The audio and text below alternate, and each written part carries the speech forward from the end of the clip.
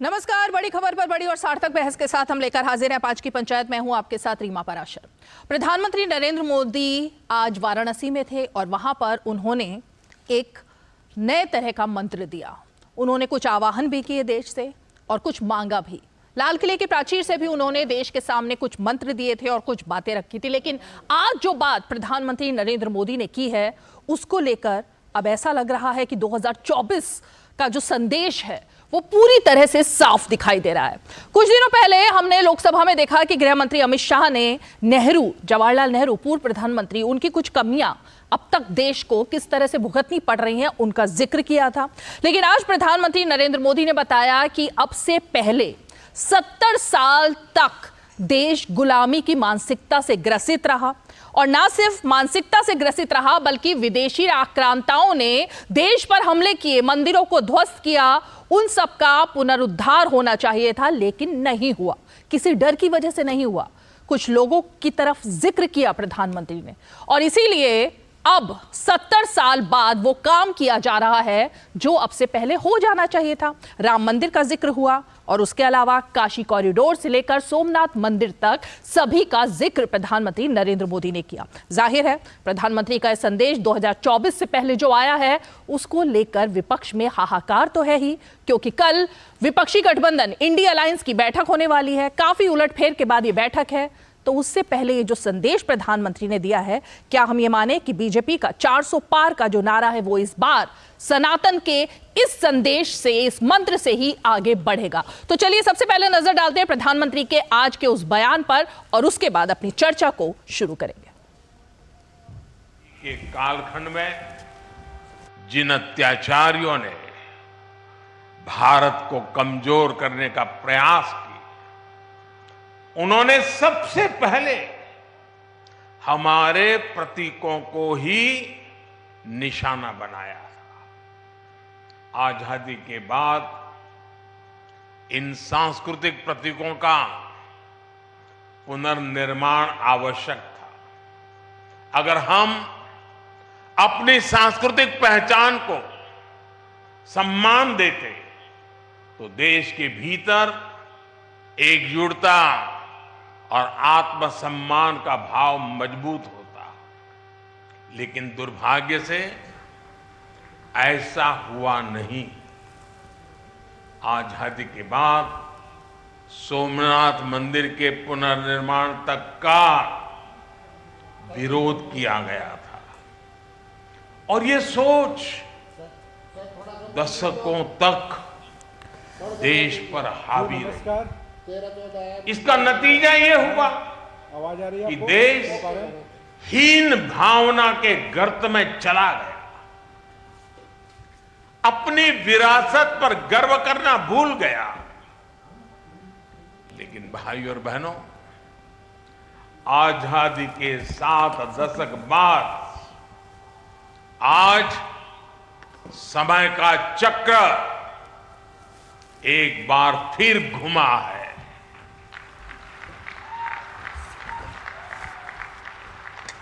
देश अब लाल किले से गुलामी की मानसिकता से मुक्ति और अपनी विरासत पर गर्व की घोषणा कर रहा है।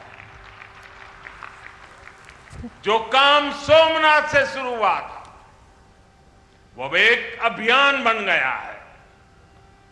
आज काशी में विश्वनाथ धाम की भव्यता भारत के अविनाशी वैभव की गाथा गा रही है। आज महाकाल महालोक हमारी अमरता का प्रमाण दे रहा है। आज केदारनाथ धाम भी विकास की नई ऊंचाइयों को छू रहा है। बुद्ध सर्किट का विकास करके भारत एक बार फिर दुनिया को बुद्ध की तपोभूमि पर आमंत्रित कर रहा है। देश में राम सर्किट के विकास के लिए भी तेजी से काम हो रहा है और अगले कुछ सप्ताह में अयोध्या में राम मंदिर का निर्माण भी पूरा होने जा रहा है। तो राम मंदिर, साथ में काशी कॉरिडोर, और अब बात हो रही है मथुरा की, क्योंकि उसमें भी अब कोर्ट का फैसला लगातार आ रहा है।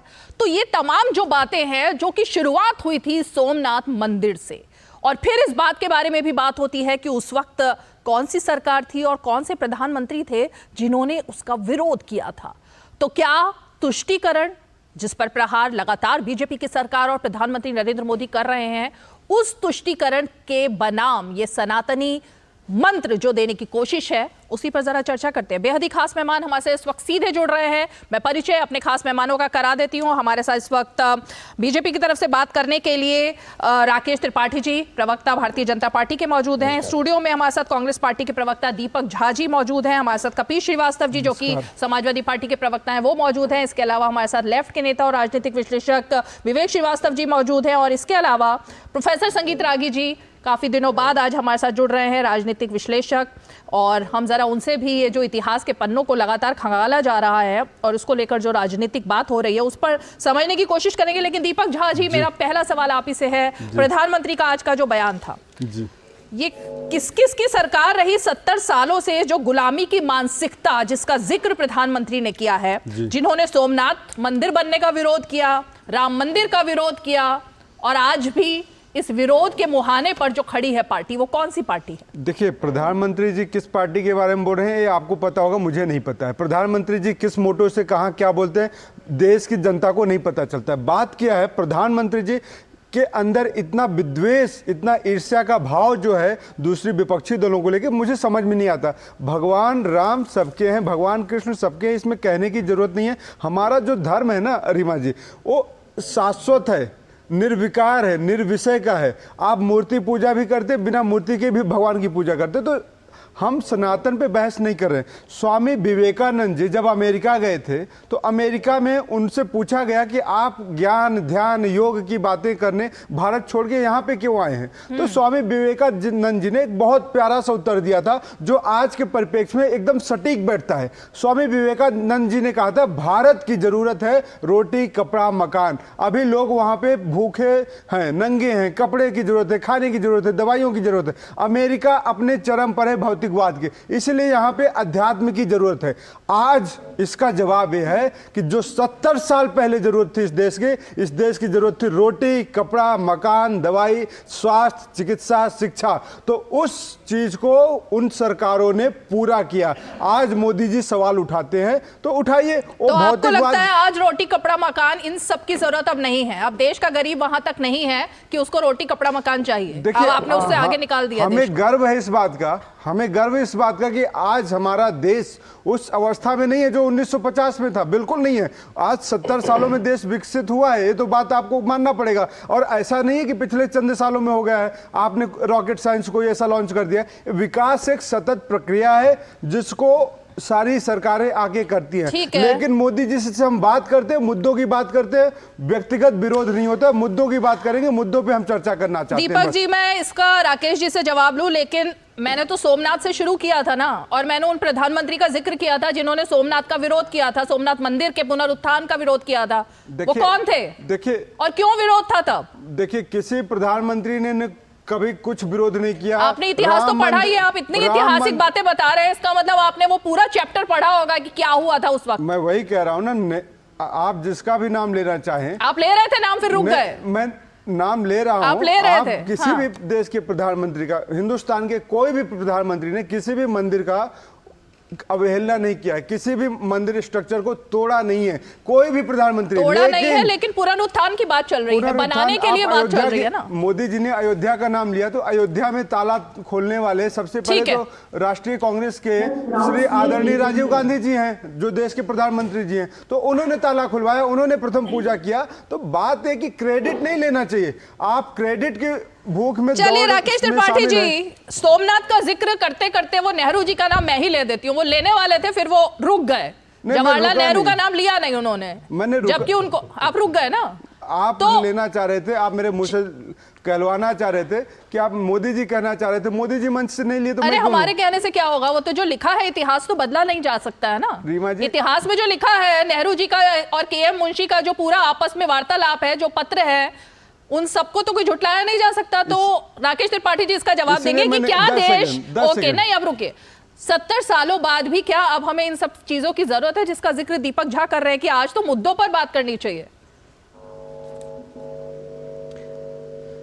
मुद्दा क्या है, यही तो मुझे लगता है कांग्रेस पार्टी को शायद अभी समझ में नहीं आ रहा है। आप भारत को भारत के भाव के साथ समझेंगे तभी आप भारत के जनमन को छू पाएंगे। भारत की कल्पना किसी मठ मंदिर पूजा पद्धति रीति रिवाज परंपराओं व्रत त्योहारों से अतिरिक्त करने की कोशिश करेंगे तो आप भारत को नहीं खोज पाएंगे, आप भारत नहीं समझ पाएंगे। निश्चित तौर पर भूखे भजन न होई गोपाला, इस देश में इसकी चर्चा होती है। निश्चित तौर पर भूख का समाधान होना चाहिए और आज वो केंद्र में सरकार बनने के बाद से हमने इसका समाधान किया। प्रधानमंत्री मोदी जी के कारण ही आज 80 करोड़ लोगों तक मुफ्त अनाज पहुंचाने का काम नरेंद्र मोदी जी की इसी गरीब कल्याण योजना के तहत किया। आज एक तरफ जहां भगवान राम का भव्य मंदिर बन रहा है, वहीं दूसरी तरफ 4 करोड़ लोगों के पक्के मकान भी बनाए हैं। इसलिए विकास के साथ में ये आध्यात्मिक यात्रा दोनों साथ साथ चली है। संकट क्या है, देश जब आजाद हुआ तो देश की आजादी के साथ जब सोमनाथ के मंदिर के पुनरुत्थान की चर्चा हुई, डॉक्टर राजेंद्र प्रसाद जा रहे थे तो कैसे पंडित नेहरू ने मना किया कि नहीं, इस देश में, सेकुलर देश में राष्ट्रपति का, प्रधानमंत्री का मंदिर जाना यह ठीक नहीं है, इससे किसी की भावनाएं आहत हो जाएगी। लेकिन हमने यह भी देखा है कि रोजा नहीं रखते हैं लेकिन जालीदार टोपी लगा करके इफ्तार करने चला जाया करते थे, तब भावनाएं आहत नहीं हुआ करती थी। इन्होंने कहा, झूठ बोला दीपक झा ने कि ताला हमने खुलवाया। सच यह है कि ताला लगवाया कांग्रेस ने था, ताला खुला तो कोर्ट के ऑर्डर से था। भगवान राम के मंदिर के लिए हर प्रकार के रोड़े अटकाने का काम किया था। यही काशी तो पहले भी थी ना, काशी तो अविनाशी है। हिंदू मान्यता के अनुसार काशी तो भगवान शिव के त्रिशूल पर बसी नगरी है और पूरी प्रलय हो जाए तो भी काशी का कुछ नहीं बिगड़ने वाला है। काशी तो हमेशा अक्षुण्ण बने रहने वाली नगरी है। लेकिन इस काशी के विकास को क्यों रोक रखा था? आज काशी नित्य नूतन चिर पुरातन की तर्ज पर, यानी काशी की गलियां वैसे ही रहेंगी लेकिन उन गलियों में बहता हुआ सीवर आज पूरी तरह से हमने रोक देने का काम किया है। आज तारों के लटकते हुए मकर जाल को हमने दूर कर देने का काम किया है। आज चौड़े हाईवे से, आज इनर रिंग रोड से, आज हजारों करोड़ रुपए की परियोजनाओं से हमने काशी को जोड़ने का काम किया है और काशी आज विकास का एक मॉडल बनकर के सामने आ रहा है। और यही कारण है कि भारत के जो पर्यटक शहर है ना, पर्यटक राज्य है, केरल है, गोवा है, इन सबसे 2 गुना से ज्यादा पर्यटक आज काशी में आए हैं। 12 करोड़ से ज्यादा पर्यटक काशी विश्वनाथ में मत्था टेकने के लिए पहुंचे हैं, शीश झुकाने के लिए पहुंचे हैं। ये कायाकल्प जो काशी का हुआ है ना, ये प्रधानमंत्री मोदी जी के विजन से हुआ है। और उत्तर प्रदेश में योगी आदित्यनाथ जी की सरकार बनने के बाद योगी आदित्यनाथ जी ने स्वयं 100 बार से ज्यादा जाकर के काशी का एक प्रधानमंत्री जी के विजन को जमीन पर उतारने का काम किया है। रोड़े तो कांग्रेस अटकाती रही, केंद्र में भी थी, राज्य में भी थी। अगर चाहा होता तो काशी, मथुरा, अयोध्या, प्रयागराज, जो ये हमारी सांस्कृतिक विरासत की पहचान थी, ये शहर चमकते होते, ये दमकते होते। लेकिन दुनिया भर से आए हुए गेस्ट को केवल आगरा का ताजमहल दिखाया करते थे। केवल आपके लिए मुगलिया सल्तनत के प्रतीक ही आपके लिए आत्मबोध के विषय बन गए थे। आपने भारत के भाव को झुठला दिया था। मजहबी तुष्टीकरण के लिए आपने भारतीय भाव को दरकिनार कर रखा था। आज भारतीय भाव उत्कर्ष पर है। ठीक है दीपक जी, रुकिए। अब आपसे बहुत देर आपसे नहीं, मैंने और भी मेहमान है, आप भी जवाब देंगे, बाकी लोग भी जवाब देंगे, विवेक जी और खास करके मैं कपीश जी के पास आऊं। लेकिन प्रोफेसर संगीत रागी जी, एक बार मैं पहले आपका रुख करना चाहूंगी। ये गुलामी की मानसिकता वर्सेस सनातन का जो मंत्र प्रधानमंत्री ने दिया है, और खासकर जब हम लोकसभा में अमित शाह को सुनते हैं, वो नेहरू की गलतियों पे अलग से डिबेट के लिए पूरी तरह अपने आप को तैयार मानते हैं। तो ये गुलामी की मानसिकता आपको लगता है 70 साल बाद भी और इतने लंबे समय तक क्यों चलती रही? इसका सीधा सीधा कारण है कि 70 साल में इसमें 53 साल जो है वो कांग्रेस पार्टी शासित करती रही इस देश को। प्रधानमंत्री आज अपनी पूरे रॉ में थे। मैंने कहा ये आस्था का चक्र है। कांग्रेस ने भारत को, भारत की सनातन परंपरा से काट दिया था और इस पाप के भागीदार पंडित नेहरू थे। गोविंद बल्लभ पंत की यदि नहीं चलती तो अयोध्या के अंदर वो मस्जिदी के तौर पर रहता, वहां पर हिंदुओं को पूजा पाठ करने की आजादी नहीं मिलती। पंडित नेहरू दबाव बना रहे थे कि वहां से मूर्तियां हटा ली जानी चाहिए। सोमनाथ का जिक्र किया जा चुका है, मैं दोहराना नहीं चाहता। यहाँ तक कि डॉक्टर अंबेडकर की इच्छा थी कि राष्ट्रभाषा इस देश की संस्कृत होनी चाहिए, लेकिन तत्काल जो है वो कम से कम उस समय के लिए हिंदी हो। लेकिन कांग्रेस नेहरू कभी भी कांग्रेस के नेता और पंडित नेहरू कभी भी न हिंदुओं को जो इस देश में सनातन की परंपरा है उसको कभी बढ़ाने का काम ही नहीं किया। आजादी के निर्माण के बाद, आजादी आने के पश्चात मुस्लिम लीग को भारत विभाजन से मुक्त करने का जो दोष है वो पंडित नेहरू ने तो कॉन्स्टिट्यूएंट असेंबली में ही खत्म कर दिया। और देखिए, आखिर भारत कोई एक ज्योग्राफिकल एंटिटी का नहीं है। महर्षि अरविंद ने कहा कि जब मैं कहता हूं कि भारत उठेगा तो इसका मतलब सनातन धर्म उठेगा। जब मैं कहता हूं भारत का नीचे होगा तो इसका मतलब सनातन धर्म का नीचे होना। यानी कि सनातन धर्म और भारत दोनों को पर्यायवाची है, एक दूसरे के संपूरक है। लेकिन प्रधानमंत्री जी ने गिना दिया, राम मंदिर, सोमनाथ, अयोध्या, काशी, ये सारी चीजों गिना करके प्रधानमंत्री ने बताया है देश को। और एक बार खास करके जो भी भारत की सनातन परंपरा से जुड़े हुए जितने शैव, शाक्त, बुद्ध, जैन, सबको बताया एकदम से। उन्होंने एक बता रहे हैं, देखिए कांग्रेस ने क्या किया है। उन्होंने एक शब्द का प्रयोग किया, आस्था का चक्र भारत का आया है। और मैं बार बार कहता हूं कि भारत का प्रधानमंत्री पहले तो बहुतों हुए, नरेंद्र मोदी जैसा भूतो और भविष्य को मैं नहीं जानता, लेकिन भूत में तो कोई ऐसा प्रधानमंत्री नहीं हुआ है, ठीक है, जिसने भारत की आध्यात्मिकता को उतना ही तवज्जो दिया जितना भारत की विकास यात्रा को तवज्जो दिया। ठीक है। नेहरू जो है वो विकास तक, नेहरू की दृष्टि जो थी वो पश्चिम की दृष्टि थी, नेहरू की दृष्टि भारतीय दृष्टि तो कतई नहीं थी। और पटेल जी की मृत्यु के बाद तो गैर भारतीयकरण इस दृष्टि जो है वही इस देश पर हावी रहा। दुर्भाग्य से कोई भी प्रधानमंत्री सनातन की उन परंपराओं को आगे ले जाने का काम नहीं किया। और मैं फिर कह रहा हूं, कोई भी प्रधानमंत्री, जिसमें अटल बिहारी वाजपेयी भी शामिल है, कोई भी प्रधानमंत्री उस ताकत से, उस जोश से, उस ऊर्जा से और उस तत्परता और कमिटमेंट के साथ आगे ले जाने का प्रयास नहीं किया है। मैं बहुत मन से कह रहा हूं। ठीक है कपीश जी, अब मैं, क्योंकि प्रधानमंत्री ने जो आह्वान किया वो उत्तर प्रदेश से आज किया, काशी से किया, बनारस से किया, और इससे पहले भी लगातार प्रधानमंत्री ने काशी कॉरिडोर की भी बात की। अब आप जब आंकड़ों पर ही जाते हैं तो अब काशी कॉरिडोर और काशी विश्वनाथ मंदिर में अपार संख्या में पर्यटक आते हैं हर बार। अब वो रिकॉर्ड एक के बाद एक टूटता दिखाई दे रहा है। अयोध्या में अब राम मंदिर के लिए किस तरह से भीड़ उमड़ रही है, ये सब पहले की सरकारों ने तो नहीं किया, तुष्टीकरण की राजनीति चलती रही, तो इसका खामियाजा किसको भुगतना पड़ा आखिर? कपीश जी। अच्छा रीमा जी, सबसे पहली बात तो हमें आप ये बता दीजिए कि तुष्टीकरण कोई 20% का क्यों करेगा? तुष्टीकरण करना होगा तो 80% के करे, जो नरेंद्र मोदी जी करने की कोशिश कर रहे हैं। सनातन के एजेंडे में वो अपनी रोटी सेक रहे हैं। राम मंदिर के निर्माण में प्रधानमंत्री मोदी जी का क्या योगदान है, मुझे ये बता दीजिए। माननीय सर्वोच्च न्यायालय ने एक वर्डिक्ट दी, वो भी किसके प्लेंट पर? तो अखिल भारतीय हिंदू महासभा के प्लेंट पर। दूसरे उसमें प्लेंटिव कौन थे? तो वो धर्मदास महाराज और शंकराचार्य महाराज। तो इन तीन लोगों के प्लेंट पर ये वर्डिक्ट आया है। और उसमें से इन तीनों संत जो कि इस समय उसके अध्यक्ष हैं, अखिल भारतीय महासभा के चक्रपाणी और धर्मदास महाराज और शंकराचार्य महाराज, इन तीनों लोगों को ही राम मंदिर ट्रस्ट में कोई जगह नहीं दी गई है और ना ही कोई इन्विटेशन कार्ड दिया गया। तो आप सोचिए कि जिनके वजह से पूरे विश्व को ये एक धरोहर मिल रही है राम मंदिर, आज उनके लड़ने वालों की कोई पूछ इस सरकार में नहीं है। और संतों की जगह लंठों की नियुक्ति हुई है, जो 2 करोड़ की जमीन तुरंत 20 करोड़ में खरीदते हैं।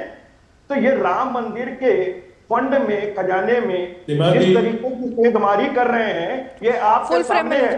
मैं संगीत रागी जी आपकी बात का जवाब दे रहे हैं। कपीश जी, आई थिंक कि कोई ऑब्जेक्शन है उनको, वो कुछ जवाब दे रहे हैं। प्रोफेसर संगीत रागी, कपीश जी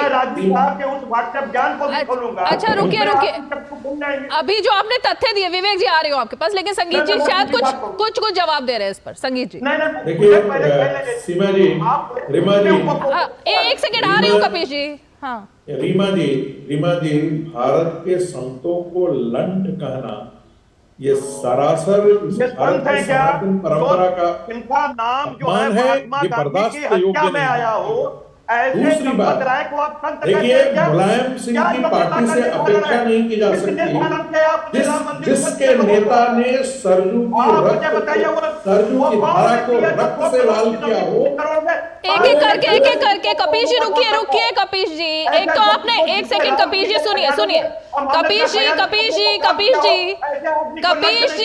कपीश जी आपने जिस तरह की शब्दावली का उपयोग किया मैंने मिस किया। आपने अगर इस तरह के शब्द का इस्तेमाल किया है तो ये ऑब्जेक्शनेबल है। नहीं, ऑब्जेक्शनेबल है ये। 1 सेकंड कपीश जी, नहीं, आपको पद्धति पर विरोध हो सकता है, लेकिन आप ऐसी भाषा का इस्तेमाल नहीं कर सकते किसी के लिए। ओके राकेश त्रिपाठी, ठीक है, प्रश्न पूछता हूँ आपसे। राकेश त्रिपाठी जवाब दे रहे हैं। हाँ, क्या रीमा, 1 मिनट रुकिए। रीमा देखिए, एक इम्पोर्टेंट तथ्य है। कपीश जी ऐसे नहीं होगा कपीश जी, रुकिए 1 मिनट। कपीश जी प्लीज म्यूट कीजिए इनको। हाँ। 1400 करोड़ रुपए का क्या हुआ? जवाब सुनिए अब राकेश त्रिपाठी। अब सुनिए आप कपीश जी, अरे भाई आक्रोशित होकर के चीखने चिल्लाने से डिबेट नहीं होती है, तथ्य रखने होते हैं, और तथ्य रखने में आपने कैसे चूक की है मुझे लगता है देश की जनता के सामने ये जरूर आना चाहिए। आपने जानबूझ करके झूठ का हिंदू राम मंदिर के मामले में जो कुल पक्षकार थे, कोई भी गूगल सर्च करके देख लेगा, इसका उत्तर मिल जाएगा। 3 पक्षकार थे। श्री रामलला विराजमान स्वयं पक्षकार थे, जिनकी पैरवी उनके बाल सखा, उनके साथ के मित्र और विश्व हिंदू परिषद कर रहा था। दूसरा पक्ष निर्मोही अखाड़ा था, और तीसरा पक्ष सुन्नी वक्फ बोर्ड था। तो पक्षकार को लेकर के कृपया करके झूठ ना बोलिए। मंदिर का आंदोलन किसने किया है, कारसेवक कौन थे, किसने पूरे मंदिर के लिए चेतना जगाने का काम किया है, यह किसी से छुपा नहीं है। दूसरी बात, एक कपिल श्रीवास्तव जी ने सवाल उठाया कि मोदी जी का क्या योगदान है, भारतीय जनता पार्टी का क्या योगदान है। अब मैं सुनिए भाई कपीश जी, आपका योगदान सुना रहा हूं मैं। सुनिए भाई, आप थोड़ा सा धैर्यपूर्वक सुनिए ना। आपने सवाल उठाया था, आप बिल्कुल बोलिएगा, आप बिल्कुल बोलिएगा। आपको रीमा जी पूरा समय देंगे, लेकिन ये चीखम चिल्ली मत करिए, भाई। कपीश जी सुन तो लीजिए। कपीश जी आपने एक पॉइंट उठाया, जवाब सुनिए ना। नहीं होती ना, जवाब सुनिए, नहीं होती इस तरह से। जवाब सुनिए। अरे भाई आप कपीश जी ऐसे नहीं होता। मैंने उंगली उठा करके इंतजार किया था, बारी का इंतजार कर रहा था। नहीं कपिल श्रीवास्तव, ये तरीका ठीक नहीं है भाई बहस का, ये बहस का तरीका ठीक नहीं है। कपीश जी आप एक सीनियर प्रवक्ता, 1 सेकंड राकेश जी 1 मिनट, कपीश श्रीवास्तव ये सही तरीका नहीं है। यहाँ पर आपको पता है, पहले भी इस डिबेट में आ चुके हैं, यहाँ पर इस तरह तू मैं नहीं होती है। अपनी अपनी बारी का सब इंतजार करते हैं। आपने एक पॉइंट रेज किया, आपने फंडिंग को लेकर के पॉइंट रेज किया, आपने वर्तमान को लेकर के पॉइंट रेज किया। पहले जवाब सुनिए, फिर अगर कोई ऑब्जेक्शन हो तो बोलिएगा। पहले जवाब सुनिए राकेश त्रिपाठी जी। राकेश जी देखिए कपिल जी ने सवाल उठाया कि भारतीय जनता पार्टी का, प्रधानमंत्री मोदी जी का राम मंदिर के निर्माण में क्या योगदान है। मैं बहुत स्पष्ट तौर पर कह रहा हूं कि केंद्र की कांग्रेस की सरकार ने लगातार इस पूरे मामले में रूढ़े अटकाने का काम किया था, और मुलायम सिंह यादव जी की सरकार ने तो राम भक्तों पर गोली चलाने का, अपराध और पाप करने का भी काम किया था, जिसका श्राप समाजवादी पार्टी को लगा। भारतीय जनता पार्टी एक राजनीतिक दल के तौर पर लगातार अपने संकल्प पत्रों में ये बात कहती रही कि रामलला हम आएंगे, मंदिर वही बनाएंगे, और ये सवाल पूछते थे तारीख नहीं बताएंगे। और आज जब 22 तारीख बता दी है तो बेचैन हो गए हैं, बौखला गए हैं, ये पागलपन की हरकतों पर उतर आए हैं। अपने बाल भी नोचेंगे, अपने कपड़े भी फाड़ लेंगे, लेकिन ये सब कुछ कर लीजिए कपीश जी। भगवान रामलला के मंदिर को अब अरे कपीश जी आप इतने उत्तेजित क्यों हो रहे हैं? कपीश जी सुनिए। कपीश जी इतने उत्तेजित क्यों हो रहे हैं आप? ये तो इतिहास के पन्नों में दर्ज है ना। 1 सेकंड रुकिए, 1 सेकंड शांत हो जाइए सभी लोग। 1 मिनट रुकिए, म्यूट कीजिए कपीश जी को प्लीज। कैसे काशी सुरत का कॉरिडोर बनना है, कपीश जी इतने कॉरिडोर बनने की बात हो रही है। 1 minute Rakesh ji, 1 minute Rakesh ji, 1 second. कपीश जी इतने उग्र क्यों हो रहे हैं आप? क्या गलत बोल रहे हैं? वो गोली चलवाई थी या नहीं चलवाई थी? मुलायम सिंह यादव के ऊपर आरोप है या नहीं है? ये इस मुद्दे को कहां से बहस का विषय लेकर आ रहे हैं आप? नहीं, इस तरह से बहस नहीं होती ना कपीश जी, फिर मुझे म्यूट करना पड़ता है। आवाज बंद, आपकी आवाज बंद है। नहीं, उस सवाल का आपकी आवाज बंद है कपीश जी, इस तरह से नहीं आएगी आवाज आपकी। कपिल श्रीवास्तव आप इस तरह बोलेंगे तो नहीं आएगी आवाज। राकेश त्रिपाठी देखिए, मैं केवल इतने अनुरोध के साथ कह रहा हूं, 17,000 पेजेस का ट्रांसलेशन 30 सितंबर 2010 को जब फैसला इलाहाबाद हाईकोर्ट की लखनऊ खंडपीठ ने किया था, तो 17,000 पेजेस का ट्रांसलेशन जमा करना था।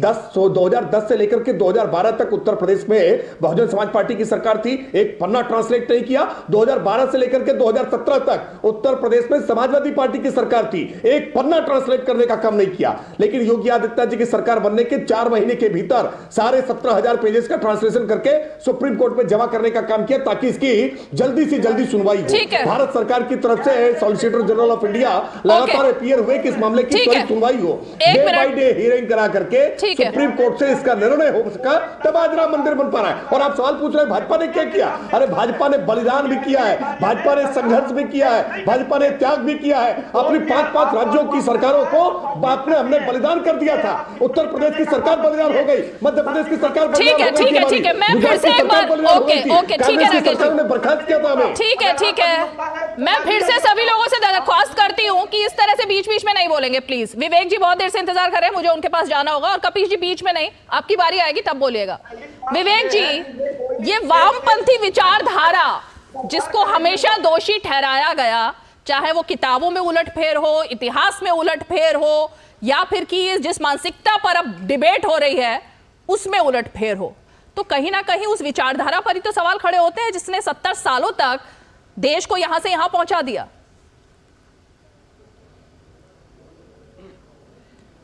देश को कहां से कहां पहुंचा दिया? क्या आपको लगता है कोई डेवलपमेंट नहीं हुई है? प्राइम मिनिस्टर का काम मंदिर बनाना है?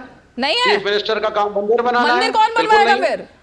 The job of the prime minister is not to make temples. The job of the prime minister is to make infrastructure, IT, engineering, medical colleges, better education, cheaper school की पढ़ाई और सस्ती पढ़ाई और ज्यादा नौकरियां, ये प्राइम मिनिस्टर का काम है। 70 साल से इस देश में धर्मगुरु थे, चाहे वो हिंदू धर्मगुरु हो, मुस्लिम धर्मगुरु हो, आश्रम बन रहे थे, मंदिर बन रहे थे। दिल्ली में घूमिए, नोएडा में जाइए, हर गली में आपको एक मंदिर दिख जाएगा। लोग सोसाइटीज बनाते हैं, परचेज करते रहे लैंड, और मंदिर खड़े रहे हैं, और आध्यात्मिक उन्नति लोग करते रहे हैं। लेकिन सरकार को टेंपल से ज्यादा इंटरेस्ट है टेंपल की कंट्रोवर्सी में, और उस कंट्रोवर्सी को क्रिएट करके आने वाले वोट्स में।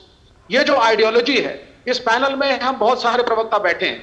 मैं राकेश त्रिपाठी जी को बिल्कुल भी एक डेंजरस आदमी नहीं मानता, उनकी मानसिकता को, लेकिन संगीत रागी जो थिंक टैंक है, संगीत रागी जैसे लोग जो किताबें लिखते हैं, रिकॉर्डिंग्स करते हैं, और अपनी एक आइडियोलॉजी जिसमें बहुत सारा इस्लामोफोबिया भी है, जिसमें बहुत सारा एक हिंदू राष्ट्र का कॉन्सेप्ट है, जिसको मैं अनसाइंटिफिक मानता हूं, जिसकी मैं मुखालिफत करता हूं, उससे हमको बचने की जरूरत है।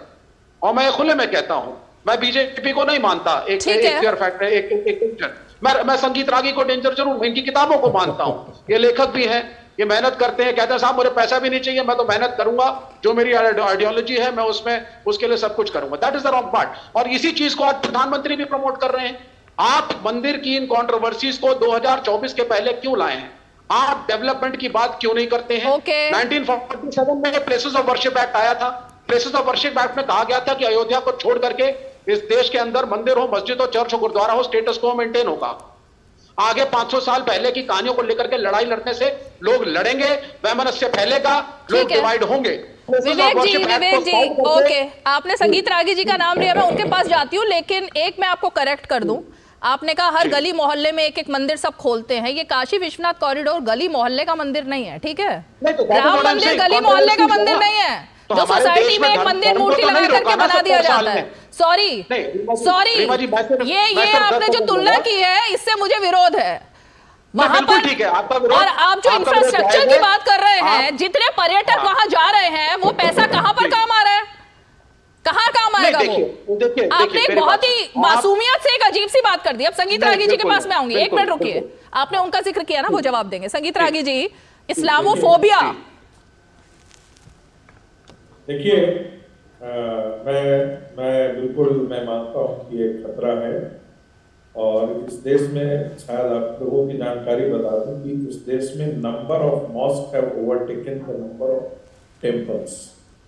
इस देश में मस्जिदों की संख्या मंदिरों से ज्यादा है, लेकिन कोई सवाल नहीं करता कि मुसलमान जो है गरीब तबका है, कहता है कि हम बहुत पिछड़ा है, बहुत दलितों से भी ज्यादा हालत है, इतनी मस्जिदें क्यों बनाने जा रहे हैं? उनके लिए आइडेंटिटी का सवाल बहुत महत्वपूर्ण हो जाता है। दूसरी बात, जो मैंने कहा था वो शुरुआत में भी कहा था। देखिए, समाजवादी पार्टी से आपको उम्मीद मत है जिसने सरजू की धारा को लाल कर दिया हो, कारसेवकों की हत्या कर दी, आपने इनाम दिया था क्या? उससे आप ये उम्मीद मत लीजिए। दूसरी बात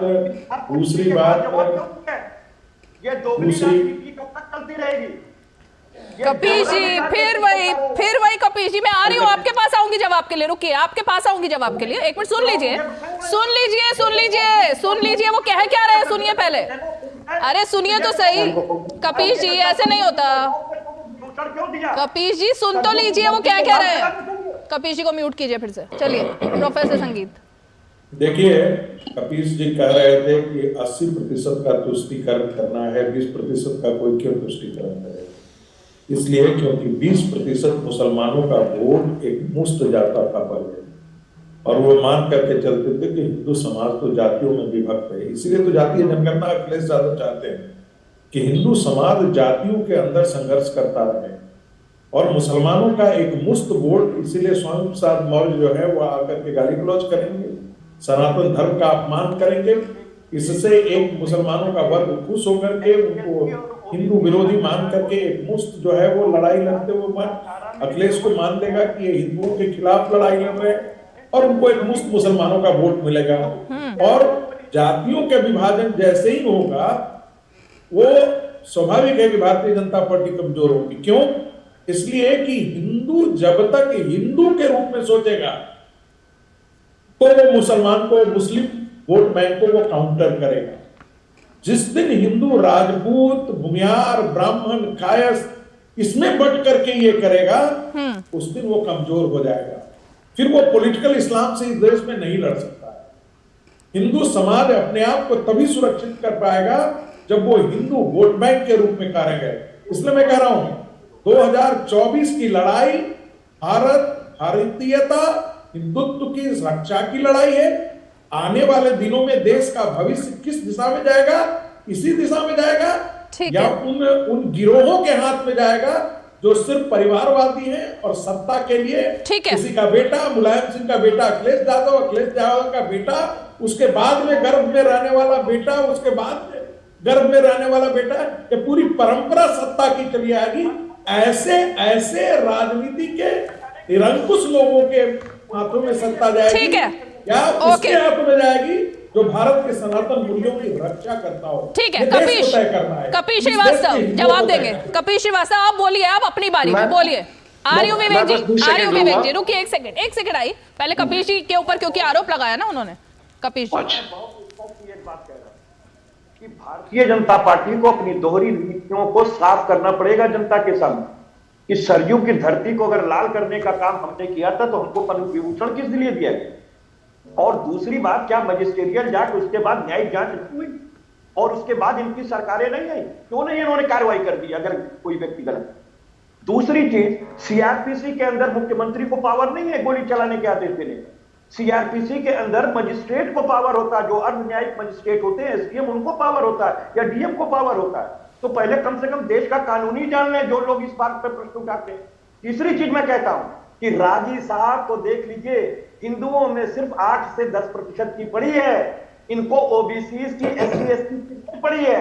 इसलिए ये नहीं चाहते कि ये कभी पावर्ड हुए। आपने इनको पावर्ड क्यों नहीं किया? क्यों इनको हमेशा दबाए कुचले रखे गए कि आज आरक्षण की व्यवस्था करनी पड़ी बाबा साहब भीमराव अंबेडकर को? और अगर जातीय जनगणना नहीं होगी, लोग नहीं जानेंगे कि किस जाति का क्या है, तो वो किस तरीके से आरक्षण आप लागू करेंगे? इसलिए आप नहीं चाहते हैं। आप सिर्फ खड़े होने की है, आपकी मंशा हिंदुओं के नाम पे वोट लेने की, तो दलित की भी है, एससी की भी है। उनकी मंशा क्यों होगी? वो तो अपना एनालिसिस कर रहे हैं ना कपीश जी, वो कोई नेता थोड़ी ना है। अच्छा राकेश जी आ रही हो आपके पास, 10 सेकंड। संगीत रागी जी 1 मिनट 1 सेकंड। ठीक है कपीश जी, और भी लोग हैं। हाँ, रीमा जी ओबीसी और दलित इस राजनीति का प्रतिनिधित्व कम से कम चांदी के चम्मच लेकर के और सैफई महोत्सव में अयासी करने वाले अखिलेश यादव को कम से कम तो नहीं जाता है। वो तो कम से कम इसका प्रतिनिधित्व नहीं करते हैं। वो गरीब यादव जरूर है, लेकिन अखिलेश यादव दलित नहीं है, अखिलेश यादव पिछड़े नहीं है। वो तो चांदी के चम्मच लेकर के पैदा की जो सफाई महोत्सव है, जहां बॉलीवुड की नायक और नायिकाएं आकर के सजदा करती थी, वैसी महफिल लगती थी जिसके बारे में जिक्र करना भी बड़ा मुश्किल होता है आज के दिन में। उनके बारे में दलित नेता, पिछड़ा नेता, अरे भाई तेजस्वी यादव कहां से हो जाएंगे? करोड़ों रुपए की संपत्ति का मालिक कोई दलित होता है? कोई पिछड़ा होता है? ये बिना मतलब का ये कोई गरीब यादव होता मुख्यमंत्री, कोई गरीब यादव कुशवाहा का मुख्यमंत्री हो जाता, कोई और अन्य जाति का हो जाता तो बात में समझ में आती है। इनके लिए ये दलितों का नाम लेकर के अपने वंश, मुलायम सिंह, उनके चाचा, उनके भतीजा, उनकी बहू, उनकी बेटी, उनका बेटा, उनके बाद उनके गर्भ में पलने वाला बेटा, आने वाली 25 पीढ़ी जो है, इनके नाम सत्ता सौंप दीजिए और ये यादव पिछड़े दलित इसकी लड़ाई करते रहेंगे। ये ठीक है, गलत परिभाषा है। कपिल जी, आप कोई आरोप लगाते हैं तो फिर सुनने की हिम्मत भी रखा करिए। एक मिनट रुकिए कपिल जी, आप कोई बात करते हैं तो आप सुनते ही नहीं है सामने वाला क्या बोल रहा है। नहीं, राकेश त्रिपाठी जवाब देंगे, फिर विवेक जी और दीपक जी के पास। प्रधानमंत्री को कहा, एक minute Kapil ji, non stop नहीं, नॉन स्टॉप नहीं, नॉन स्टॉप नहीं, नहीं नहीं नहीं नहीं नहीं, नॉन स्टॉप नहीं बोलेंगे आप। राकेश त्रिपाठी जी, अगर मुलायम सिंह यादव दोषी हैं और थे, जो कि सबको पता है, आरोप लगे थे, तो उनको क्यों दिया गया पद्म विभूषण? एक मिनट रुकिए। देखिए अब कपिल श्रीवास्तव आज एक रणनीति के तहत आए हैं। ये रणनीति के तहत आए हैं कि आज जब सनातन और विकास इन दोनों को मिलाकर चर्चा हो रही है, तो कहीं ये चर्चा समाजवादी पार्टी के मजहबी तुष्टीकरण की उस वोट बैंक को नुकसान न पहुंचाए, इसलिए इस चर्चा को होने मत दो, खूब जाकर के हल्ला बोल कर दो। ये पार्टी की रणनीति के तहत लगातार हल्ला बोल कर रहे हैं। सवाल पूछा है कपिल श्रीवास्तव ने कि क्यों मुलायम सिंह यादव को पद्म विभूषण दिया। मैं जवाब दे रहा हूं, ध्यानपूर्वक सुनिएगा। देखिए, किसी भी व्यक्ति के भीतर अलग अलग प्रकार की खूबियां और दुर्गुण होते हैं, लेकिन उसकी पहचान, उसकी जो परसेप्शन होगा ना, उसके आधार पर होगी। रावण शिव भक्त था, इसमें कोई संशय नहीं है। प्रकांड विद्वान था, इसमें कोई संशय नहीं है। लेकिन रावण दुराचारी था, पापाचारी था, अत्याचारी था, वो राक्षस प्रवृत्ति का था, और इसीलिए रावण के पुतले हम फूंकते रहे हैं।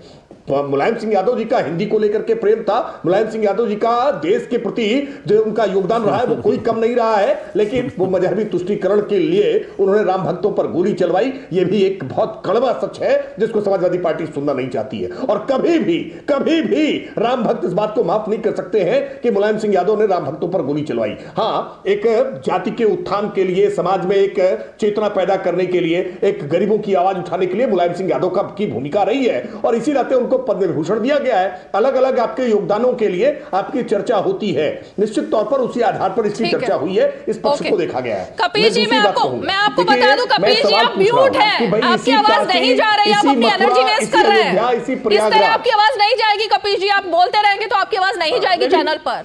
आपकी आवाज म्यूट है, आप अपनी बारी में ही बोलेंगे, इस तरह आवाज नहीं जाएगी आपकी कपिल जी। एनर्जी नहीं, कपिल आप अभी भी बोल रहे हैं आपकी आवाज नहीं जा रही है कपिल जी। तो वैसे भी समाजवादी पार्टी में अपनी एनर्जी वेस्ट कर रहे हैं। नहीं, केवल डिबेट में नहीं, ये अपनी एनर्जी समाजवादी पार्टी में भी वेस्ट ही कर रहे हैं, क्योंकि समाजवादी पार्टी में चाहे जितना परिश्रम कर ले, पार्टी के ना अध्यक्ष कभी बन सकते हैं, ना पार्टी की ओर से मुख्यमंत्री बन सकते हैं, क्योंकि वो तो सैफई कुनबे के लिए आरक्षित है। सैफई कुनबे के लिए अगर कपिल यादव भी होते ना तो भी नहीं बनते, मैं बता रहा हूं। ख्याल ये तो कपिल श्रीवास्तव है, अगर यादव होते तो भी नहीं बनते, क्योंकि वो सैफई कुनबे का व्यक्ति होगा, उस परिवार का व्यक्ति होगा, तभी पार्टी में आगे बढ़ सकता है। कपिल जी ऊर्जा मत हरास करिए, अपने फेफड़ों को बचाइए, आगे बढ़ते हैं, उनका गला लगता है काफी उन्होंने आज वो खाया हुआ है, कुछ गले के लिए गर्म पानी पी रहे लगता लगातार। एनीवेज, दीपक झा, एक मिनट, दीपक झा जी, नेहरू जी का नाम लेने में क्या दिक्कत है? ले दीजिए नाम और फिर उस पर बात कर लेते हैं। कर लेंगे, बिल्कुल करेंगे। 70 सालों में चाहे वो अनुच्छेद 370 की बात रही हो, उस पर जिक्र होता है, किसकी गलती का, वो भी उनकी गलती सामने आती है, फिर सोमनाथ की गलती सामने आती है, ये तमाम गलतियां सामने आ रही है ना, तो उसको सुधार लीजिए। जवाब देता हूं, मैं आपको जवाब देता हूं। कुछ बात है कि हस्ती मिटती नहीं हमारी, सदियों रहा है दुश्मन दौरे जहां हमारा, तो ये हमारा हिंदुस्तान है। अब मोदी जी ने तो देश आजाद कराया नहीं था, नेहरू जी ने देश आजाद कराया, शहीद भगत सिंह ने आजाद कराया, सुभाष चंद्र बोस ने कराया, महात्मा गांधी ने कराया, ये भी कह दीजिए वो भी उनकी गलती थी कि देश को आजाद करा दिया। भैया आज मोदी जी पैदा होते तब देश आजाद होता, राकेश त्रिपाठी संगीत रागी जैसे नेता पैदा होते तब देश आजाद होता।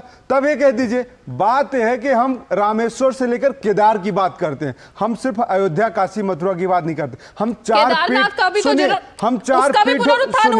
जी, हम चार केदारनाथ धाम भी बन रहा है। हम वही मैं कह रहा हूं, तो आप जिसकी बात कर रहे हैं वो भी तो बन रहा है। इंदिरा गांधी जी भी केदारनाथ धाम पे यात्रा करने गए थे। और हम चार पीठ की बात करते हैं, शंकराचार्य आदि शंकराचार्य ने स्थापित किया था। ये तथाकथित यहाँ पे जो कालीनेमी रूपी भाजपा और आरएसएस के प्रवक्ता बैठे हैं, इनको ये भी नहीं पता है कि चार पीठ की स्थापना क्यों की गई थी, किस लिए की गई थी और किसने किया था। आपको कैसे पता? उन्हें नहीं पता। मैं बता रहा हूं ना, नहीं पता इनको, सिर्फ मोदी का इनको तो पता है और आरएसएस का। और दूसरी बात मैं कहता हूं, हनुमान जी का पुतला लटका के ये लोग मोहन यादव की पूजा करवा रहे थे उज्जैन में, पूरे देश ने देखा। नहीं, ये गलत बात है दीपक झा जी। पहले सही कॉन्टेक्स्ट में बात कीजिए। नहीं, वीडियो दिखा दूं आपको, उसका कॉन्टेक्स्ट पहले सही से लीजिए कि वो क्यों किया गया था। हनुमान जी का पुतला क्यों लटका रहे थे? में आप जब देखते हैं ना जाकर के रामलीला, उसमें ये एक तरीका है, जब उनकी एंट्री होती है हनुमान जी की तो इसी तरह से होती है। तो वही एक तरीका था। देखिए यही उसको तो आप गलत तरीके से पेश कर रहे हैं। तो बात है ना, एक कालनेमी रूपी भाजपा के कार्यकर्ता हर जगह कालनेमी बने घूम रहे हैं और हनुमान जी को लटका रहे हैं हवा में और उनसे स्वागत करवा रहे हैं, स्वयंभू बने बैठे हैं। बात है, देखिए हम मुद्दों की बात कर लें। नमामि गंगा प्रोजेक्ट का क्या हुआ है? गंगा जी को आज भी ये लोग मलित दृष्टि से देखते हैं, आज भी गंगा साफ नहीं हो पाई, हजारों करोड़ रुपए चले गए। उनकी नेता उमा भारती ने खुद सवाल किया, बता दीजिए एक बार दीपक झा। उमा भारती जी दीपक झा जी सोमनाथ पर बात करने से क्यों घबरा रहे हैं? सोमनाथ पे बात करता हूं ना मैं, सोमनाथ पे बात करता हूं। पर बात करिए, क्यों घबरा रहे हैं? देश के गृह मंत्री थे सरदार पटेल, उन्होंने इस मंदिर का पुनरुद्धार कराया। नेहरू जी ने क्या किया? नेहरू जी देश के प्रधानमंत्री थे उस समय, जो प्रधानमंत्री के आदेश के तहत ही गृह मंत्री काम करते हैं। भाई ये तो गृह मंत्री अमित शाह और नरेंद्र मोदी जी लड़ते हैं क्या? ये तो देश को बांटने का काम करते हैं, नेहरू में और पटेल में। हमारे लिए नेहरू भी एक थे, पटेल भी एक थे। भाई नेहरू के अंडर में ही काम करते थे पटेल जी, और नेहरू चाहते तो मंदिर का उद्धार नहीं होता, लेकिन नेहरू जी चाहते थे मंदिर का भी विकास हो, हॉस्पिटल भी बने, शिक्षा की बुनियाद भी बदले। इतिहास भाजपा के लोग बदलते हैं। और सुनिए, 1 दिसंबर 1995 को जब मंदिर राष्ट्र को समर्पित किया था, तत्कालीन राष्ट्रपति शंकर दयाल शर्मा जी उस देश के नेता थे और उनको कांग्रेस के पार्टी के लोगों ने ही बनाया था राष्ट्रपति। भाजपा से हमको सनातन की शिक्षा लेने की जरूरत नहीं है। अयम निज परो व्यक्ति गणना लघु चेतसा उदार चरिता नाम तो वसुधैव कुटुंबकम। ये है हमारा सनातन, ये है हमारा हिंदुत्व। और भाजपा का हिंदुत्व क्या है? अगर इनके हिसाब से आप राम का नाम नहीं लोगे, इनके हिसाब से आप मंदिर नहीं जाओगे तो गला काट देते हैं ये लोग। तो राम का नाम लेके तलवार से गला काटने वाले लोग हैं। भाजपा के लोग ये काम करते हैं। हमारे लिए राम आस्था का विषय है, परमात्मा आस्था का विषय है, और कण कण में राम का वास है, श्याम का वास है। आस्था का ही विषय है, सबके लिए आस्था का विषय है, व्यापार का विषय नहीं है। तो भाजपा से कहिए, मुद्दों की बात करिए। देश में आज 80 करोड़ लोगों को आप राशन देने की क्या मजबूरी है? ये बताइए ना, आपने क्या मजबूरी है? क्या मजबूरी है? 80 करोड़ लोगों को आपने रोजगार नहीं दे सके। आपने कहा था, वादा किया था 2 करोड़ लोगों को नौकरियां देंगे, उसके हिसाब से तो आज 18 करोड़ लोगों को नौकरियां दी जाएगी। लेकिन जल्दी से कोई रिएक्शन मोदी जी क्या करते हैं? 51,000 का नौकरी देंगे, 21,000 लोगों को नौकरी दी। वादा था 2 करोड़ का, आगे 21,000 पे। कोई शादी का शगुन दे रहे हो क्या राकेश त्रिपाठी जी? शादी का शगुन मत दीजिए, नौकरी दीजिए। या राकेश जी जल्दी से। नहीं देखिए, मैं बहुत दीपक झा जी से बहुत आग्रहपूर्वक कहूंगा कि भारत के विकास की कहानी भाजपा को कहने की आवश्यकता नहीं है। वो 10वें नंबर स्मार्ट सिटी कहां गए आपके? अरे रुकिए दीपक जी, आपने बोला वो नहीं बोले बीच में। आपने कहां गए? वो बीच में नहीं बोले। दीपक जी रुकिए, नहीं बोल रहे, उनकी आवाज में उठी। अब उनको सुनिए, भाजपा की बात सुनिए नहीं, सुनिए सुनिए दीपक जी। आपने गरीबी रेखा के नीचे डाल दिया लोगों को। रुकिए हंगर इंडेक्स में हम पाकिस्तान और बांग्लादेश से भी नीचे चले जाते हैं और बातें करते हैं दुनिया भर की। गलत आंकड़े पेश मत कीजिए, गलत आंकड़े पेश नहीं। ये भारत की छवि को जो गलत आंकड़ों की तरह पेश करते हैं, गलत तरीका है। ऐसे भुखमरी का शिकार है पाकिस्तान। नहीं, आटा कैसे पाकिस्तान में मिल नहीं रहा? भुखमरी का शिकार पाकिस्तान है, वो बता रहे हैं हंगर इंडेक्स में हम उससे पीछे हैं। ये दीपक झा इसी प्रकार के केमिकल लोचे से जूझ रही कांग्रेस पार्टी है। केमिकल लोचा तो आप सही कर दीजिए। देश का 80 करोड़ लोगों को 5 किलो अन्न देके आप पाल रहे हैं, भुखमरी के कगार पे ला दिए। 80 करोड़ देख रहे हैं रीमा जी, 80 करोड़ लोग क्या 5 किलो अनाज नहीं दे सकते हैं? राकेश जी, राकेश त्रिपाठी जी कितना अन्न खा लेते हैं? आपकी आवाज बंद करनी पड़ेगी क्योंकि अपनी अपनी बात में सब बोलेंगे। 1 मिनट का वक्त कम है। राकेश त्रिपाठी फिर विवेक जी, जल्दी से। नहीं, देखिए, मैं केवल इतनी बात कह रहा हूं कि भारतीय जनता पार्टी की सरकार ने आज विकास को सबसे आगे रखा है और विकास के साथ में हम सनातन के उत्कर्ष को लेकर के चल रहे हैं कि भारत जब तक स्वाभिमान से युक्त नहीं होगा तब तक विकास नहीं कर सकता है। आपने कौन सा सनातन बना दिया? आपने कौन सा सनातन बना दिया? सनातन कितना पुराना है बता दीजिए राकेश जी। तक राशन पहुंच रहा है। राकेश जी बताइए, सनातन कितना पुराना है? सनातन धर्म कब से है इस संसार में? सनातन धर्म कब से है? बस इसका जवाब दीजिए मुझको। इधर उधर की बातें मत करिए। सनातन को आपने पैदा किया है, सनातन को आपने बनाया है क्या? बस एक जवाब दीजिए रीमा जी से, एक जवाब दीजिए। सनातन धर्म को आपने बनाया है क्या राकेश त्रिपाठी जी? सनातन धर्म आरएसएस और बीजेपी का है क्या? पूरे देश को बताइए, सनातन धर्म आपका है? एक सेकंड रुकिए, एक मिनट रुकिए राकेश जी, 1 मिनट। राकेश जी 1 सेकंड, जल पहुंच रहा है, ठीक है, पीड़ा आपको हो रही है। राकेश जी 1 मिनट। दीपक झा, सनातन धर्म में किसी की हिम्मत नहीं है कि सनातन धर्म किसने पैदा किया है वही तो पूछ ये रहा हूं। क्लेम कर सके, ना कांग्रेस पार्टी ना कोई और पार्टी। तो ये सवाल पहली बात तो आकाश से जाता है। बिल्कुल। दूसरी बात ये कि ये सवाल इसलिए खड़ा होता है जब सनातन को गाली दी जाती है और उस गाली देने वाले के साथ आपकी पार्टी खड़ी होती है, तब इस पर सवाल खड़ा होता है कि कौन सनातनी है कौन नहीं। इसलिए प्लीज आप ये ज्ञान मत दीजिए। विवेक श्रीवास्तव जी, यहाँ पे आपको एक परिभाषा देता हूँ। भगवान परिभाषा मुझे मत दीजिए, मैं सब पढ़ के आई हूं। पड़ेगा, आपको सुनना पड़ेगा, समझना पड़ेगा। भगवान कृष्ण ने कहा था, यो माम यथा प्रपद्यन्ते ताम तथैव भजाम्यहम्। चाहे मुझको मानोगे तो ठीक है, मैं हूं, नहीं मानोगे तो भी मैं हूं। परमात्मा कहीं आपके मानने से उसकी आस्था श्रद्धा कम नहीं होती। कोई मानता है तो स्वागत है, नहीं मानता तो स्वागत है। चारवाक कहता है भाई यहाँ पे, तो चारवाक दर्शन भी है यहाँ पे ना। इस ज्ञान का यहाँ पर क्या पॉइंट है? अरे यहाँ किसी को ज्ञान चाहिए नहीं ना, भाजपा वाले तो अज्ञानी लोग हैं, तो ज्ञान ले नहीं सकते हैं। बस ये कहते हैं कि सनातन इनका पैदा किया हुआ है, सनातन को इन्होंने बनाया। हम कहते हैं सनातन पुरातन है, किसी ने नहीं कहा, नहीं कहा ना। तो फिर सनातन कल भी था, सनातन आज भी, सनातन कल भी रहेगा। खत्म बात हो जाती है। सनातन की रक्षा करने वाले कौन होते हैं भाई? सनातन कल भी था, आज भी, कल भी रहेगा। ट्रांजेंट में बात कर रहे हैं, ये तो सवाल ही किसी ने नहीं उठाया, ना संगीत रागी जी ने उठाया, ना सनातन राकेश के नाम त्रिपाठी। पे रोटी खाना बंद करें, सवाल कुछ और सनातन की था। दुकान चलाना बंद करें, सनातन के 70 व्यापार सालों करना से बंद गुलामी करें। की मानसिकता से देश क्यों जूझता रहा और सरकार कांग्रेस पार्टी की थी तो खामियाजा देश ने क्यों भुगता? सवाल तो ये था, इसमें गीता का ज्ञान, कृष्ण जी का ज्ञान, ये सब क्यों आ रहा है बीच में? विवेक जी सवाल तो ये भी था ना, गांधी जी ने गलती कर दिया, देश को आजाद करा के। भाजपा मोदी जी पैदा होते तो आजाद होते तो अच्छा होता। विवेक श्रीवास्तव जी, दीपक झा ने बहुत अच्छा बोला और मैं इनसे पूर्णतः सहमत हूं और बहुत अच्छा बोलते हैं, बहुत अच्छे पॉइंट्स उन्होंने उठाए। और दूसरी बात है, देखिए INDIA की बैठक है कल, हाँ। सभी दल मिलेंगे और रणनीति बनाएंगे। आप बात को समझिए। और ये बड़ी सीधी सी बात है कि चाहे आप 3 राज्यों के आंकड़े भी अगर देखेंगी तो कांग्रेस के total number of votes BJP से कहीं आगे हैं। लेफ्ट के कितने?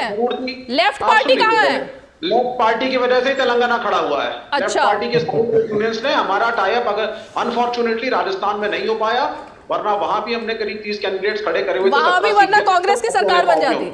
हाँ जी, आप सुनते जाइए बात। तो दूसरी बात अब यह है कि इसमें हम आगे बढ़े तो कल INDIA की बैठक होगी। कोऑर्डिनेशन की कमी रही, समाजवादी पार्टी को अलग लड़ना पड़ गया मध्य प्रदेश में, उसका भी हमें खामियाजा हम लोगों ने भुगता था। हाँ। इस बात को सबने रियलाइज किया है, सबने एक्नॉलेज किया है। कांग्रेस ने मध्य प्रदेश में भी नेतृत्व का फेरबदल किया इसीलिए, और इसी वजह से प्राइम मिनिस्टर बौखला गए हैं, क्योंकि वोट परसेंटेज में भी खास फर्क है नहीं। और अगर 1 to 1 हो गया 2024 में, तो फिर भारतीय जनता पार्टी जिसके 40% से भी कम वोट है नेशनली, और मेजॉरिटी ऑफ द वोटर्स इस देश के जिसके खिलाफ हैं संगीत रागी की विचारधारा के, तो वो मुखालिफत होगी। तो उसके बाद इनके पास एक ही कार्ड रह जाता है कि प्लेसेस ऑफ वर्शिप एक्ट को उनका भी उल्लंघन किया जाए, से फैलाएं, मथुरा काशी की बात करें और वोट बटोरने की कोशिश करें। विवेक श्रीवास्तव जी, मुझे बहुत अजीब लग रहा है, मुझे बहुत अजीब लग रहा है आज आपकी दलीलें सुनकर। आप तो बहुत पढ़े लिखे होकर के बात करते हैं, लेकिन आप आज कैसी कैसी बातें कर रहे हैं। अदालत की बात है, अदालत के फैसलों की बात हो रही है, आप उसको भी प्रधानमंत्री नरेंद्र मोदी के ऊपर डाल रहे हैं। सामूहिक अब एजेंडा अगर लेकर अयोध्या की बात होती है, एक वेट करें ना, सेकेंड, अदालत अरे के मथुरा की बात प्राइम हो रही है तो मिनिस्टर- मथुरा में प्राइम बीजेपी कहां से मिनिस्टर आ क्यों गई? चैंपियन बन रहे हैं वो मंदिरों के? मथुरा प्राइम में मिनिस्टर अदालत चैंपियन बने। अदालत का फैसला आ रहा है प्राइम मथुरा को मिनिस्टर लेकर। माइनॉरिटीज के भी चैंपियन बने, प्राइम मिनिस्टर ओबीसी के भी चैंपियन बने, दलितों के भी चैंपियन बने। प्रधानमंत्री खुद होलिस्टिक ओबीसी अप्रोच है। प्राइम मिनिस्टर का। प्रधानमंत्री खुद ओबीसी वर्ग से आते हैं, लेफ्ट नेता। क्या बात कर रहे हैं विवेक जी, आज आप अजीब हो गई। पॉलिटिक्स आप बोल रहे हो, प्रोफेसर संगीत रागी, प्रधानमंत्री इसलिए मंदिर जा रहे हैं क्योंकि हिंदुओं में अपनी विरासत और अपनी प्रधानमंत्री आस्था के मणिपुर प्रति भी चले जाते। एक जो हीन भावना आ गई थी उसे हिंदुओं को जगा रहे हैं। एक दूसरी बात, काशी और मथुरा दोनों हिंदू समाज और हिंदू संतों का संकल्प है, कोई भारतीय जनता पार्टी का संकल्प नहीं है। इसलिए ये दोनों तो मुक्त होकर के ही रहेंगे, दुनिया की कोई ताकत इसे रोक नहीं पाएगी। तीसरी बात, जो 1995 का जो पूजा एक्ट आया था वो हिंदुओं पर बहुत बड़ा अपमान था, संगीत रागी, आप कभी साइंस की बात उसे कर सकते खत्म हैं। किया जाना चाहिए। देश को वैज्ञानिक चौथी होनी बात, चाहिए। चौथी बात, इंडिया गठबंधन अपने आप में ठगबंधन है। आई एक डाउट मेरा प्रश्न है, डाउट संगीत रागी, इंडिया वैज्ञानिक ऐसा सोच है, की बात कर सकते हैं। इसमें एक ही बर बनना, एक दुल्हा एक ही बनेगा, लेकिन कितने लोग कॉम्पीट कर रहे हैं मुझे पता नहीं है। रीमा जी, इनकी 10 दो सेकंड पैसे दीजिएगा। की औकात नहीं है, राजनीतिक पूंजी खत्म हो गई है। वामपंथियों की राजनीतिक पूंजी क्या बची हुई है? रीमा जी, वो 10 सेकंड दीजिएगा। अखिलेश यादव यदि नहीं हो, नहीं, वो कह रहे हैं कि तेलंगाना में सरकार बनना, तेलंगाना में जो सरकार बनी कांग्रेस की, उसमें लेफ्ट का योगदान था, तभी सरकार बन पाई है। उन्होंने अभी क्लेम किया है, उन्होंने अभी क्लेम किया है। चुनाव लड़े हैं, चुनाव लड़े हैं और केंद्र की राजनीति में कांग्रेस को रीमा समर्थन जी, देंगे हम। हमने जी, 10 यूपीए 1 सेकंड में भी दीजिएगा। समर्थन दिया था। कांग्रेस एक बड़ी पार्टी है जिसका देश के निर्माण में 1947 से आज तक बड़ा योगदान है। सोशल फैब्रिक को देश के टूटने नहीं दिया कांग्रेस ने। हमारे उनसे डिफरेंस रहे हैं इकोनॉमिक फ्रंट वगैरह पे, लेकिन हम फिर भी कांग्रेस की रिस्पेक्ट करते हैं, सेकुलर पार्टी की रिस्पेक्ट नहीं। इसमें कोई दोष नहीं है। रीमा जी, रीमा जी, विवेक जी, कांग्रेस रीमा- की रिस्पेक्ट करते हैं पूरे देश में, केरला में भी करेंगे कांग्रेस की रिस्पेक्ट। नहीं, कांग्रेस की बिल्कुल हम रिस्पेक्ट करते हैं। केरल में- हम केरल कांग्रेस में- के खिलाफ है प्राइवेटाइजेशन। केरल में इस बार दोनों की मिलकर सरकार बनेगी नहीं, क्या? आप सुन लीजिए, अब आप सुन लीजिए इसका जल्दी उत्तर, बोलिए। please, give me हाँ। 20 seconds।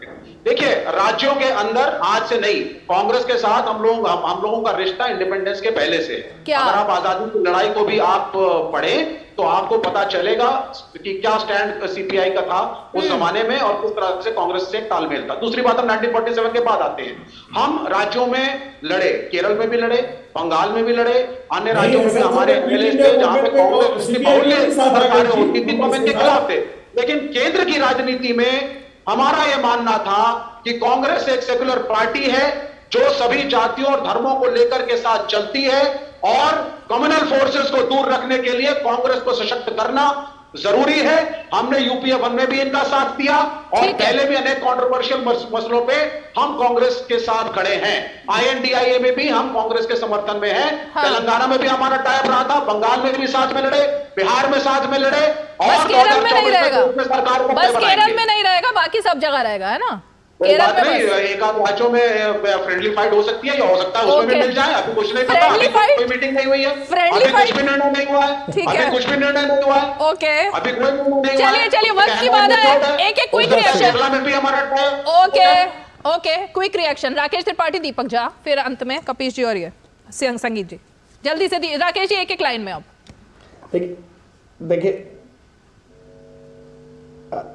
देखिए रीमा जी, सच ये है कि सनातन के आज उत्कर्ष के कारण और विकास के लगातार प्रतिमान लगातार गढ़े जाने के कारण ये विपक्ष बौखला गया है। हर प्रकार की जुगत, हर प्रकार के जुगाड़ लगा रहे हैं कि कैसे ये इन प्रकार गठबंधन बना करके पराजित किया जा सके, लेकिन मुंह की खाएंगे। वैसे जैसे मध्य प्रदेश में खाई है, जैसे राजस्थान में खाई है, जैसे छत्तीसगढ़ में खाई है, और ये समाजवादी पार्टी जो चालू पार्टी के चिरकुट नेता बता रहे थे ना, अब उनसे फिर गलवहिया करने के लिए तरह तरह के रास्ते ढूंढ रहे हैं। दीपक झा, देखिए, भाजपा और सनातन पर लड़ाई 2024, भाजपा और आरएसएस के जो यहाँ पे तथाकथित प्रवक्ता आरएसएस वाले बैठे ने, भाषाई रूप से नीलाम हो चुके हैं। इनके पास शब्द नहीं है, औकात, चिरकुट, यही शब्द बोलेंगे जो कि राष्ट्र को, देश को सुनने में अच्छा नहीं लगता। मोदी जी मंदिर जाएं, स्वागत है। तो सुनिए, अखिलेश यादव ने बोला था मंदिर जाएं, चिरकुट तो अखिलेश यादव का शब्द था।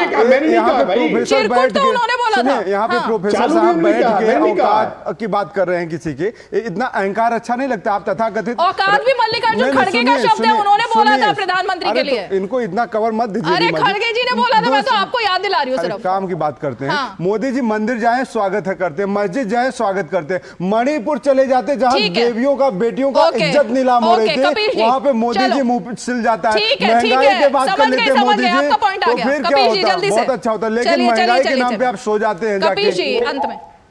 देखिए, सनातन को अपमान करने वाले आज खड़खड़ा हो रहे हैं। भारतीय जनता पार्टी ने तो हमेशा सनातन का जो है अपमान करने का काम किया।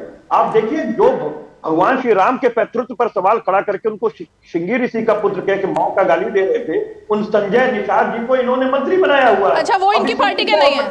चलिए, वो इनकी पार्टी के नहीं है। इन्होंने ही बनाया है। अच्छा, इनके ठीक है। कैबिनेट किस तरीके की बात आज आप कर रहे हैं? ठीक है। आप किस बात कर रही हैं? इनके ओके। कैबिनेट मिनिस्टर है। ठीक और है। दूसरी चीज, इनके ही अपने डिप्टी मुख्यमंत्री ने कहा था कि सीता जी टेस्ट ट्यूब में भी है, तब उस समय बड़ी अच्छी चीजें होती। ओके, ठीक है। अच्छा कपिल जी, समय नहीं है मेरे पास, समय नहीं है। प्रोफेसर संगीत रागी, आप इतना मतलब स्टूडेंट्स को पढ़ाते हैं, आज सुन के कैसा लग रहा है कि आपको भाषा का ज्ञान नहीं है? मुझे बड़ा अचंभा हुआ कि आज आपके लिए ये बोला गया है। संगीत रागी जी, जल्दी से अंत में।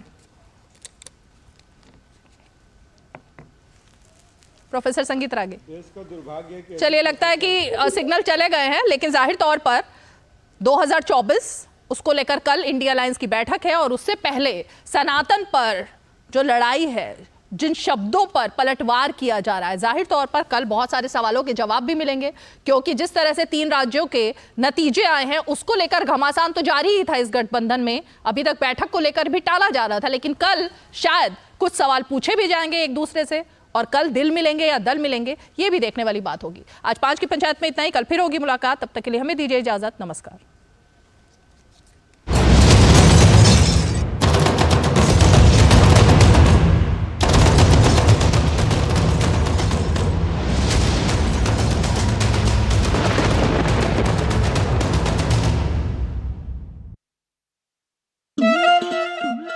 दूरदर्शन लेकर आ रहा है